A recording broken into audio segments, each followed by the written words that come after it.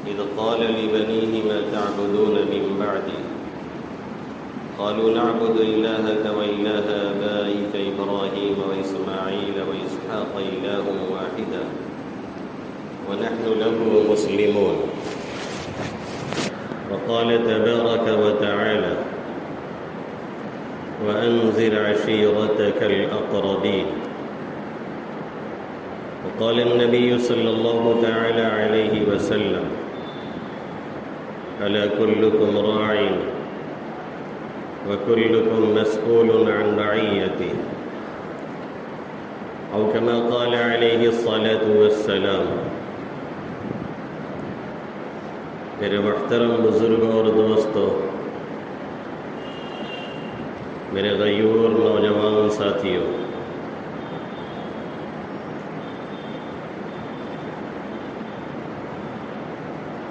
آج کے اس دور میں جس برق رفتاری کے ساتھ اور جس تیزی کے ساتھ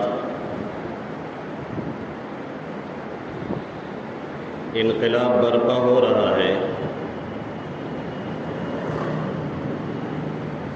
اگر پچھلے 15-20 سالوں میں جھانک کر کے دیکھنے کی کوشش کی جائے اور دیکھا جائے تو یہ صاف نظر آئے گا، اگر ہمیں اور آپ کو مطمئن نہیں ہوئی ہے تو یہ صاف نظر آئے گا کہ اس 15-20 سالوں کے اندر بالکل کایا ہی پلٹ ہو چکی ہے۔ 15-20 سال پہلے ہمارے اور آپ کے جو حالات تھے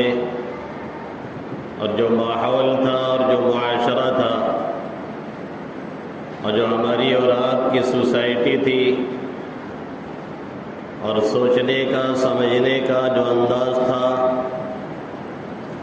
اور رہن سہن کا جو طریقہ تھا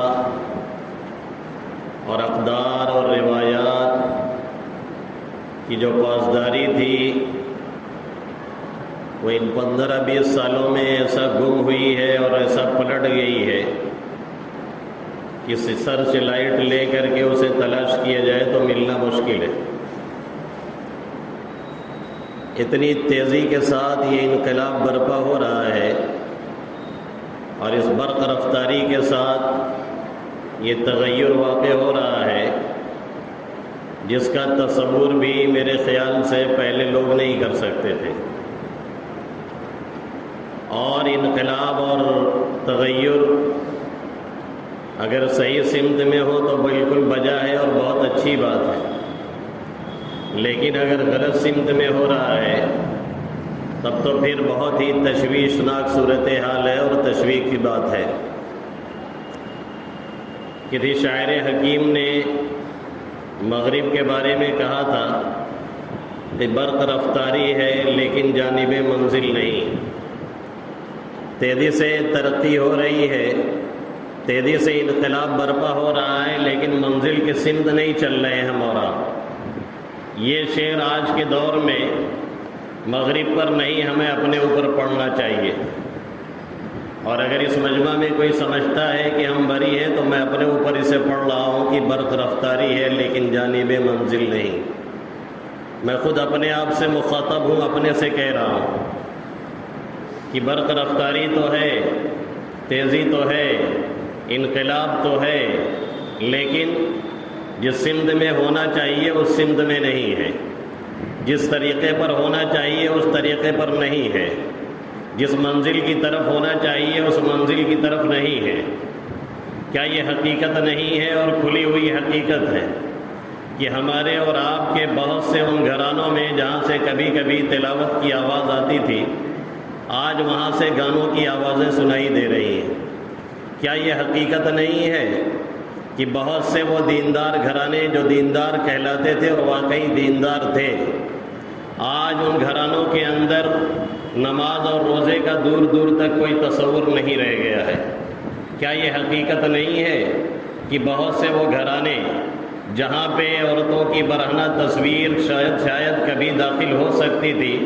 آج ان گھرانوں میں عوریاں تصاویر ہر ایک کے پاس موجود ہیں۔ کیا یہ حقیقت نہیں ہے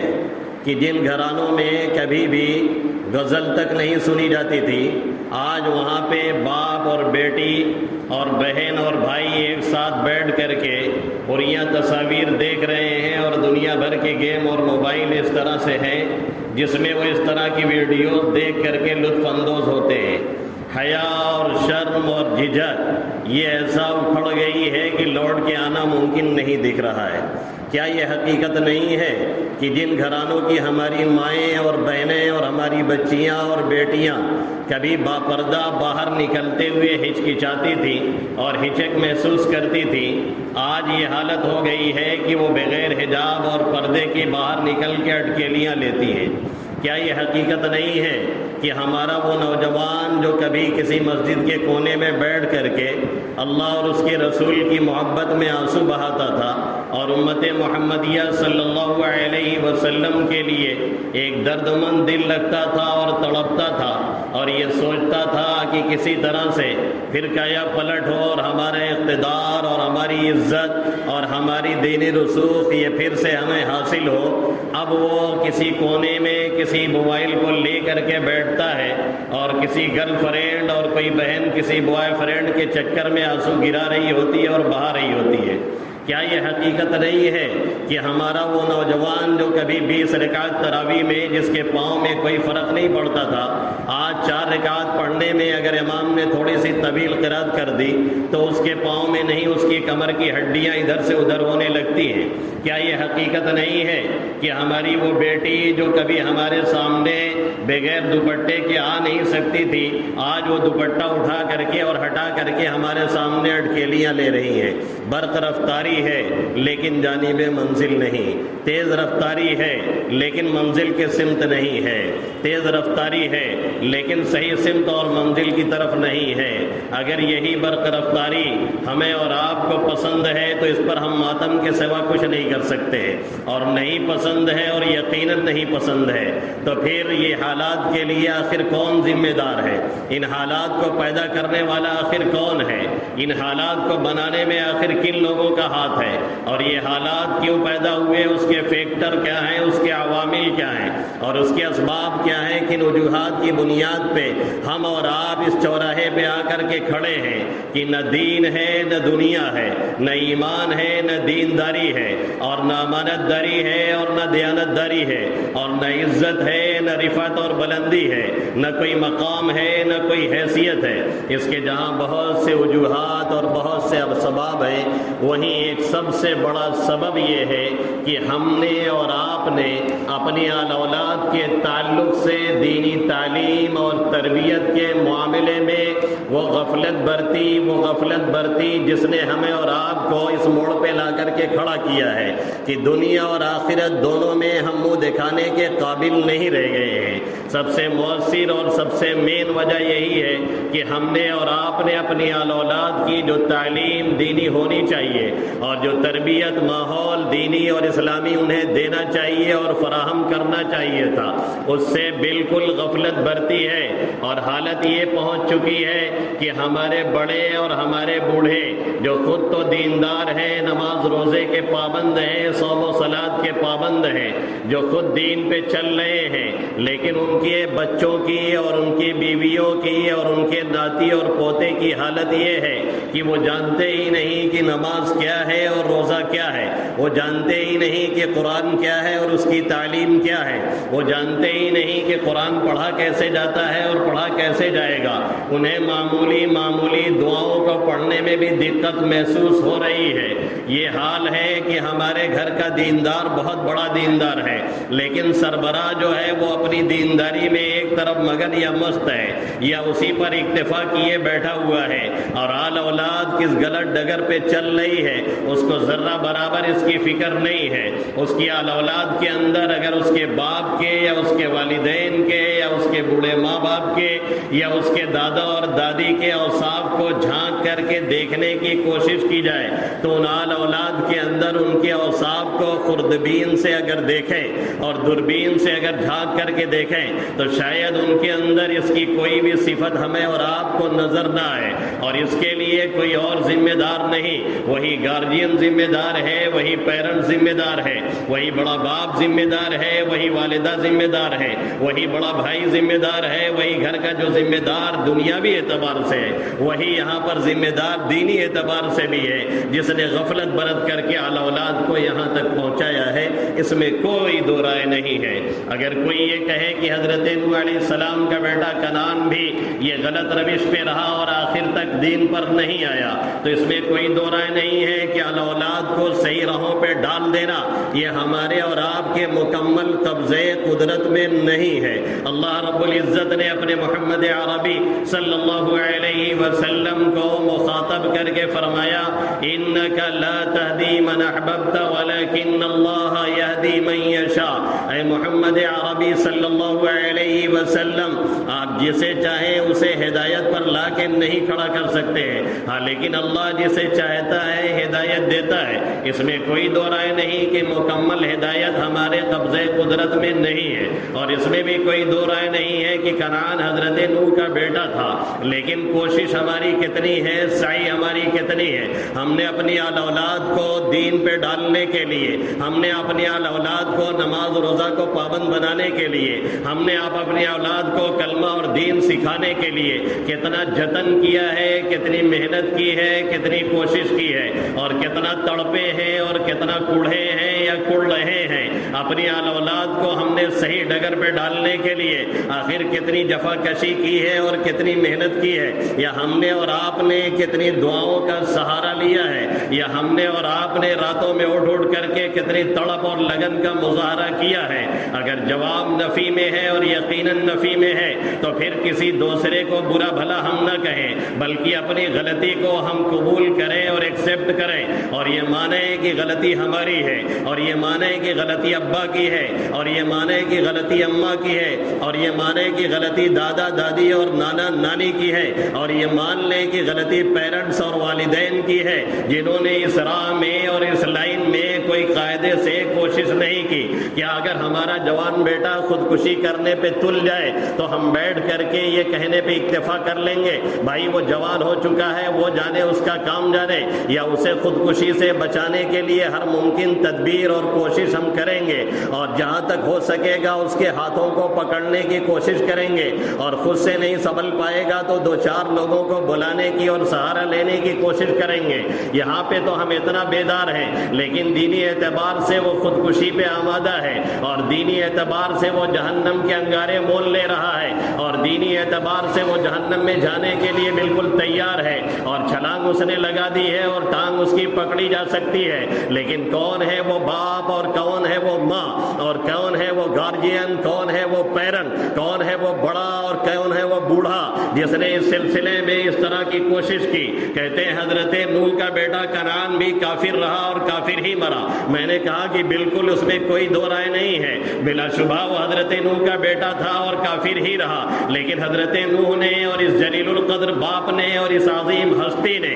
اپنے بیٹے کی اصلاح کے لیے اور اس کی تربیت کے لیے اور اسے راہ راست پر لانے کے لیے کیا کچھ نہیں کیا۔ 1-2 سال نہیں، 900 سال سے زیادہ تک اسے بلاتے رہے اور پکارتے رہے اور اس کے لیے کڑتے رہے اور تڑپتے رہے اور اس کے دعاؤں میں اسے یاد کرتے رہے، اور آخر وقت میں جب عذاب الہی آنے کو ہے اور سیلاب آ رہا ہے اور فیصلہ خداوندی آ چکا ہے اور یہ نتیجہ اب ہونے کو ہے کہ جو 40 لوگ ایمان والے ہیں وہی بچیں گے، باقی جو بے ایمان ہیں، جو کفر کی حالت میں ہیں، وہ غرق کیے جائیں گے، وہ ڈبوئے جائیں گے، وہ سیلاب کی نظر کیے جائیں گے۔ ایسے وقت میں بھی یہ جلیل القدر باپ اور یہ عظیم ہستی اپنے بیٹے سے کیا کہتی ہے؟ پورے شفقت کے ساتھ، پورے پیار کے ساتھ اور پورے لاڈ کے ساتھ اور پورے درد اور کرب اور بے چینی کے ساتھ، یا بنی ارکم معنا ولا تکن مع الكافرين، بیٹا ادھر چلا،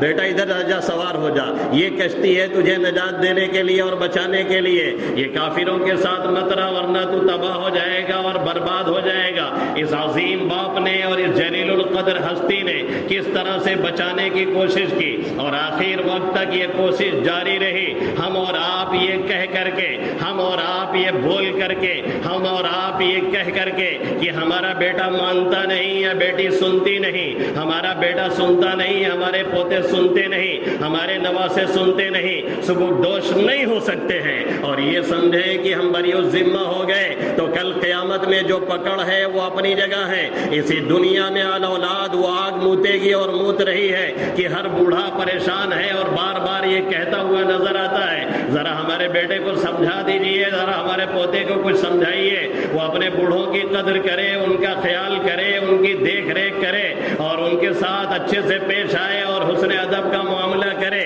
یہ ان کی غلطی نہیں، غلطی ہمارے بڑوں کی ہے، یہ ان کی غلطی نہیں، غلطی ہماری ہے، یہ ان کی غلطی نہیں، غلطی میری ہے اور آپ کی ہے، یہ ان کی غلطی نہیں، غلطی ان کے بڑوں کی اور بوڑھوں کی ہے، یہ ان کی غلطی نہیں، غلطی ان کے گارجین اور پیرنٹس کی ہے۔ ہم نے اس سلسلے میں کتنی کوششیں کی ہیں، محمد عربی صلی اللہ علیہ وسلم سے زیادہ کون احکام الہی پہ کاربند ہوگا اور عمل پیرا ہوگا، اور آپ سے زیادہ کون ہو سکتا ہے؟ اس کے باوجود آپ کو حکم دیا جا رہا ہے وَأَنذِرْ عَشِيرَتَكَ الْأَقْرَبِينَ، اے محمد عربی صلی اللہ علیہ وسلم، آپ اپنے قریب کے رشتہ داروں کو ڈرائیے اور دھمکائیے اور ان کو عذاب الہی سے باخبر کیجیے اور آگاہ کیجیے۔ یہ پہلا حکم آقا مدنی صلی اللہ علیہ وسلم کا ہوگا، اور آپ سے زیادہ کون ہو سکتا ہے؟ اس کے باوجود آپ کو حکم دیا جا رہا ہے وَأَنذِرْ عَشِيرَتَكَ الْأَقْرَبِينَ، اے محمد عربی صلی اللہ علیہ وسلم، آپ اپنے قریب کے رشتہ داروں کو ڈرائیے اور دھمکائیے اور ان کو عذاب الہی سے باخبر کیجیے اور آگاہ کیجیے۔ یہ پہلا حکم آقا مدنی صلی اللہ علیہ وسلم پہ نازل ہو رہا ہے تبلیغ کا، اور کس کے تعلق سے؟ اپنے گھر والوں کے تعلق سے۔ پہلا فریضہ یہ ہے اپنی فکر کی جائے، پہلا فریضہ یہ ہے اپنی اولاد کی فکر کی جائے، پہلا فریضہ یہ ہے کہ اپنے گھر بار کی فکر کی جائے، پہلا فریضہ یہ ہے کہ اپنے ماحول کی فکر کی جائے، پہلا فریضہ یہ ہے کہ اپنے گرد و پیش کے حالات کا جائزہ لیا جائے، پہلا فریضہ یہ نہیں ہے کہ پوری دنیا کی اصلاح کے چکر میں خود سے غافل رہا جائے یا اپنی اولاد سے غفلت برتی جائے۔ یہ کسی طرح سے نہ مناسب ہے، نہ جائز ہے، اور نہ کبھی یہ کر کے آخرت میں جواب دہی سے بچا جا سکتا ہے۔ اللہ کے حبیب صلی اللہ علیہ وسلم کو یہ حکم دیا جا رہا ہے وَأَنذِرْ عَشِيرَتَكَ الْأَقْرَبِينَ، اپنے قریبی رشتہ داروں کو آپ آگاہ کیجیے اور ہمارے عذاب سے ڈرائیے۔ آقا مدنی صلی اللہ علیہ وسلم نے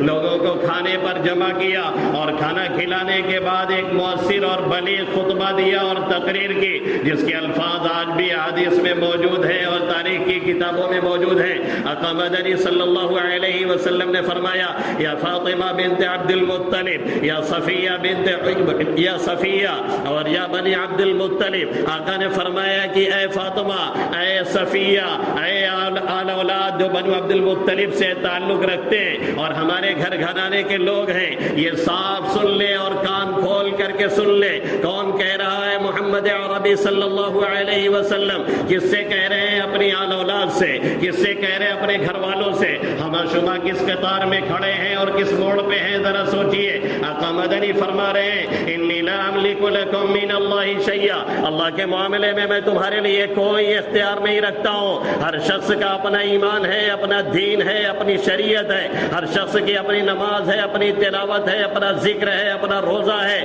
ہر شخص اس کی جواب دہی کا احساس پیدا کرے، کل قیامت میں میں تمہارے کام آنے والا نہیں۔ انی لا املک لکم من اللہ شیئا، میں تمہارا کچھ بھی اختیار نہیں رکھتا ہوں۔ سلونی ما شئتم، دنیا کے تعلق سے جو چاہو مانگو، مجھے جو اختیار ہے وہ دے دوں گا۔ آخرت کے تعلق سے میں اس طرح کا کوئی اختیار نہیں رکھتا، اور پورے عرب میں اور یہاں پر میں نہیں جانتا کوئی نوجوان ایسا ہو جو مجھ سے بہتر کوئی بات لے کر کے آیا ہو۔ میں جو لے کر کے آیا ہوں وہ بات ایسی ہے بخیر الدنیا والآخرہ، ظاہرہ، جس میں دنیا اور آخرت کی بھلائی پوشیدہ ہے، اور جس میں دنیا اور آخرت کی ساری توانائیاں پوشیدہ ہیں، اور جسے اختیار کرنے کے بعد تم دنیا میں بھی صحیح رہو گے اور سکون میں رہو گے، اور آخرت بھی تمہاری رہے گی اور کامیابی تمہارا قدم چومے گی۔ اور اس کے بعد آقا مدنی صلی اللہ علیہ وسلم نے فرمایا قد امرنی اللہ نے مجھے یہ حکم دیا ہے کہ میں یہ دعوت اور یہ تبلیغ اور یہ باتیں تم تک پہنچا دوں،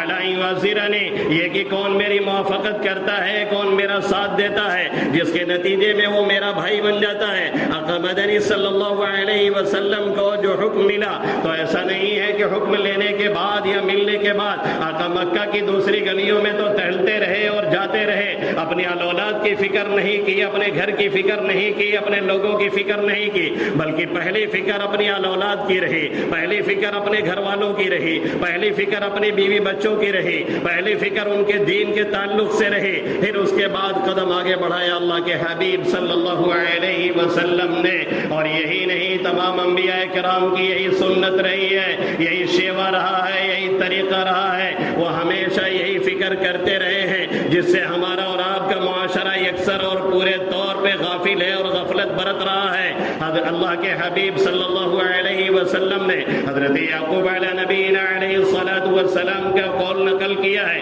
وفات کے قریب وہ اپنے لوگوں کو جمع کرتے ہیں اور کیا فرماتے ہیں، اذ قال لبنیہ ما تعبدون من بعدی، دنیا سے جا رہے ہیں، فکر کس کی ہے؟ ایمان کی۔ دنیا سے جا رہے ہیں، فکر کس کی ہے؟ اسلام کی۔ دنیا سے جا رہے ہیں، فکر کس کی ہے؟ دین کی۔ دنیا سے جا رہے ہیں، فکر کس کی ہے؟ آل اولاد کہاں جائے گی اور کیسے رہے گی، طریقہ کیا اختیار کرے گی، طرز کیا ہوگا اور منزل کیا ہوگی، انہیں پتہ ہے کہ نہیں ہے، انہیں خبر ہے کہ نہیں ہے، اور ان کی سوچ کیسی ہے، اس لائن سے فکر کیسی ہے، آخرت کی طرف رواں دواں ہیں اور جا رہے ہیں دنیا سے، اور بلا کر کے آل اولاد کو پوچھ رہے ہیں، اذ قال لبنیہ ما تعبدون من بعدی، اپنے آل اولاد سے کہہ رہے ہیں میرے بعد کس کی عبادت کرو گے اور کس کی پرستش کرو گے؟ قالوا نعبد الہک و الہ آبائک ابراہیم و اسماعیل و اسحاق الہ واحدا ونحن له مسلمون، ہم آپ کے ابا حضرت ابراہیم، حضرت اسماعیل، حضرت اسحاق، ان لوگوں کی عبادت والے، ان لوگوں کے معبود کی عبادت کریں گے جو وحدہ لا شریک ہے، جس کے علاوہ کوئی معبود حقیقی نہیں ہے، اور ہم اسی کے مطیع رہیں گے، اسی کے فرما بردار رہیں گے۔ حضرت ابراہیم علیہ نبینا علیہ الصلوۃ والسلام کی دعا دیکھیے، ساری دعاؤں میں چڑھ کر کے کیا مانگتے ہیں، رب اجعلنی مقیم الصلاۃ ومن ذریتی ربنا وتقبل دعا، میرے مولا مجھے بھی نمازی بنا، اور نماز پڑھنے والا نہیں، نماز کی پابندی کرنے والا بنا، اور میری آل اولاد کو بھی اسی طرح سے بنا دیجیے، رب اجعلنی مقیم الصلاۃ ومن ذریتی ربنا وتقبل دعا۔ ایک نہیں نہ معلوم کتنی دعائیں انبیاء کرام علی نبینا علیہ الصلوۃ والسلام کی قرآن میں اللہ نے ذکر کی ہے، جو آل اولاد کے تعلق سے یہ بتلا رہی ہے کہ وہ کتنے فکر مند رہتے تھے اور کتنا یہ سوچ رہتی تھی کس طرح سے ان کا دین اور ایمان صحیح سالم رہے اور محفوظ رہے، اور ان کی دینی تربیت ہو، اور یہ دین اور اسلام پہ کاربند رہے اور عمل پیرا رہے، اور اسی کو بچا کر کے دنیا سے لے کر کے جائیں، کیونکہ یہ وہ پونجی ہے جس سے بڑھ کر کے کوئی پونجی نہیں، یہ سرمایہ ہے جس سے بڑھ کے کوئی سرمایہ نہیں، یہ وہ خزانہ ہے جو مفت میں ملا ہے جس سے بڑھ کے کوئی خزانہ نہیں، یہ وہ ہیرا ہے جس سے بڑھ کر کے کوئی ہیرا نہیں، جو اللہ رب العزت نے ہمیں اور آپ کو دیا ہے۔ اور اسی کا ذکر کیا اس آیت کریمہ میں، اللہ رب العزت نے قوا انفسکم واہلیکم نارا، اپنے آپ کو جہنم سے بچاؤ اور اپنی آل اولاد کو بھی جہنم سے بچاؤ، اور اس کا ایندھن بننے سے خود بچو اور اپنی آل اولاد کو بھی بچاؤ۔ ہم میں سے کون ہے جو اس کی فکر کرتا ہے؟ ہم میں سے کون ہے جو اسے نصیحت کرتا ہے؟ ہم میں سے کون ہے جو ایک دو بار کہنے کے بعد بار بار اسے کہتا ہے؟ ہم میں سے کون ہے جو لاڈ اور پیار اور شفقت کے ساتھ انہیں سمجھاتا ہے؟ ہم میں سے کون ہے جو راتوں میں اٹھ کر کے ان کے لیے کڑتا ہے اور ان کے لیے روتا ہے؟ ہم میں سے کون ہے جو اپنے دین اور ایمان کی اس طرح سے فکر کرتا ہے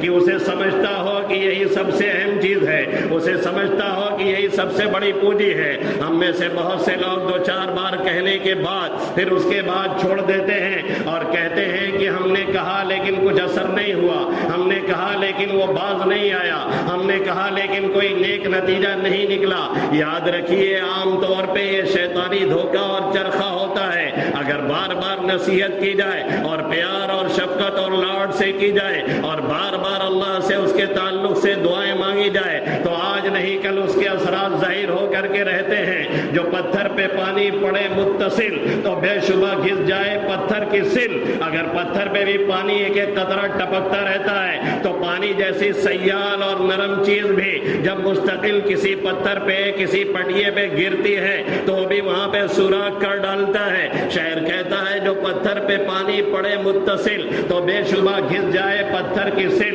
رہو گے تم یوں ہی اگر مستقل تو ایک دن نتیجہ بھی جائے گا مل۔ شرط یہ ہے کہ مستقل یہ کام کیا جائے، شرط یہ ہے کہ مستقل سمجھایا جائے، شرط یہ ہے کہ مستقل ان کے لیے دعائیں مانگی جائیں، شرط یہ ہے کہ مستقل ان کے لیے کڑھا جائے، شرط یہ ہے کہ مستقل اس کے لیے جتن کیا جائے۔ نوح علیہ السلام نے جیسے کیا 900 سال سے زیادہ، اور آخر وقت تک کڑھتے رہے اور دعا مانگتے رہے اور آخر وقت تک سمجھاتے رہے۔ ہمارا بھی یہی فریضہ ہے، اسی طریقے سے ہم انہیں بچانے اور سمجھانے کی کوشش کریں۔ ایک دو بار کہہ دینے سے یہ مسئلہ حل ہونے والا نہیں ہے۔ جیسے ہماری اولاد اگر بیمار پڑ جاتی ہے تو کیا ہم ایک دو جگہ سے دوا لے کر کے پھر چپ بیٹھتے ہیں کہ 2 مرتبہ دوا لیا لیکن فائدہ نہیں ہوا؟ ایسا کوئی نہیں کرتا ہے۔ ایک ڈاکٹر کے بعد دوسرا ڈاکٹر اور دوسرے کے بعد تیسرا ڈاکٹر اور ایک اسپتال کے بعد دوسرا اسپتال بار بار چینج کرتے ہیں اور سجدے میں گر گر کر کے مائیں دعا مانگتی ہیں کسی طریقے سے یہ سیدھی ان کی صحت صحیح ہو جائے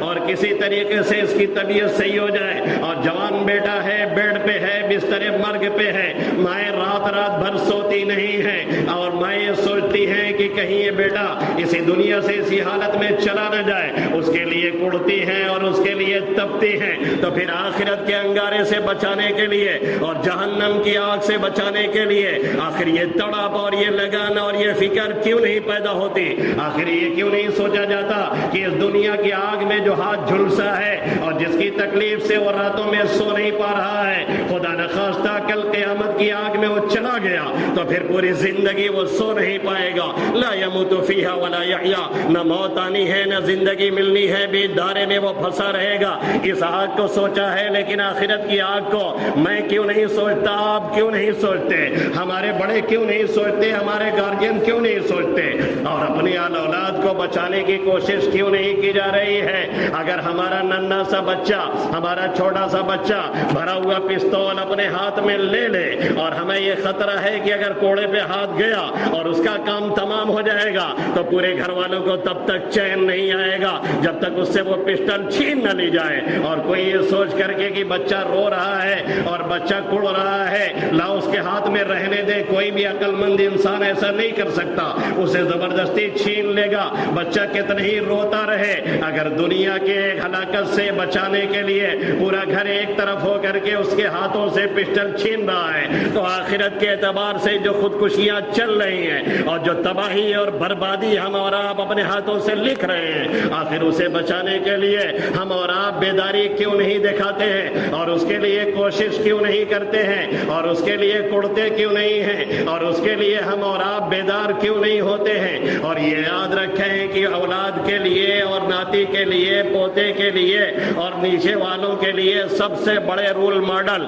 یہ ایک حقیقت ہے اور ریئل حقیقت ہے، یہ حقیقت ہے اور کھلی ہوئی حقیقت ہے کہ اولاد کے لیے سب سے بڑے رول ماڈل اس کے والدین ہوتے ہیں، اس کے پیرنٹس ہوتے ہیں، اس کے گارجین ہوتے ہیں۔ آپ کیوں نہیں آئیڈیل بنتے اپنے اولاد کے لیے؟ آپ کیوں نہیں آئیڈیل بنتے اپنے بیوی بچوں کے لیے؟ ہم کیوں نہیں آئیڈیل بنتے اپنے ماتحتوں کے لیے؟ ہم کیوں نہیں آئیڈیل بنتے اپنے شاگردوں کے لیے؟ ہم ایک وے چنیں، ایک طریقہ چنیں جو شریعت کا ہو، ایک طریقہ چنیں جو طریقت کا ہو، ایک طریقہ چنیں جو راہ نجات ہو اور ایک طریقہ چنیں جو منزل مقصود یعنی آخرت کی کامیابی تک ہمیں اور آپ کو پہنچائے۔ اس کے لیے کوئی بھی قربانی دینی پڑے، ہمیں اور آپ کو بے درے اس کے لیے قربانی دینی چاہیے، ورنہ دنیا بھی خسارے میں میں جائے گی اور آخرت بھی خسارے میں ہے۔ اور اگر کوئی یہ سمجھتا ہے کہ ہم نے دین اور ایمان اور اسلام اختیار کر کے اور نماز اور روزہ اور اس کی پابندی کر کے اور اس کے بندھن میں اپنے کو باندھ کر کے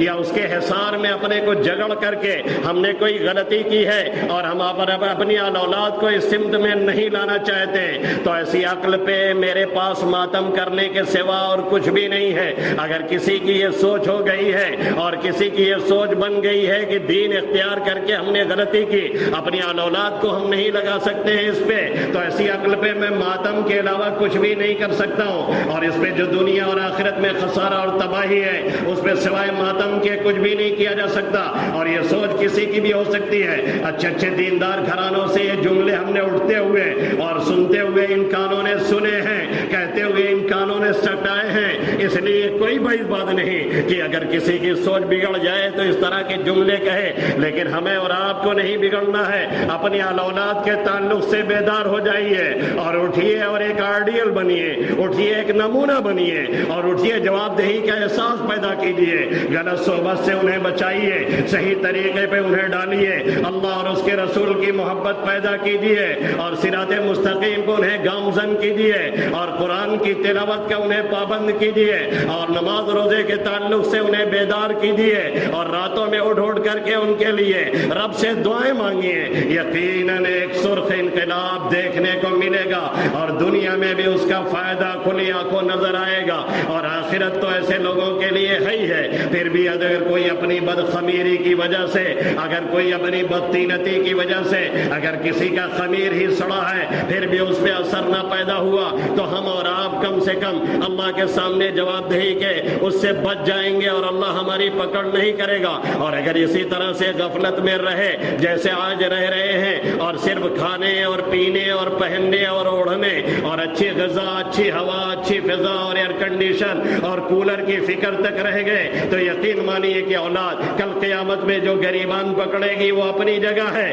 اسی دنیا میں مرنے سے پہلے وہ صدا نہ دے دے تو شبیم نہیں۔ اس لیے ہمیں اور آپ کو اس تعلق سے بہت زیادہ بیدار ہونے کی ضرورت ہے۔ اللہ ان باتوں پہ سب سے پہلے مجھے پھر آپ سبھی حضرات کو عمل کی توفیق نصیب فرمائے، آمین یا رب العالمین، وما علینا الا البلاغ المبین۔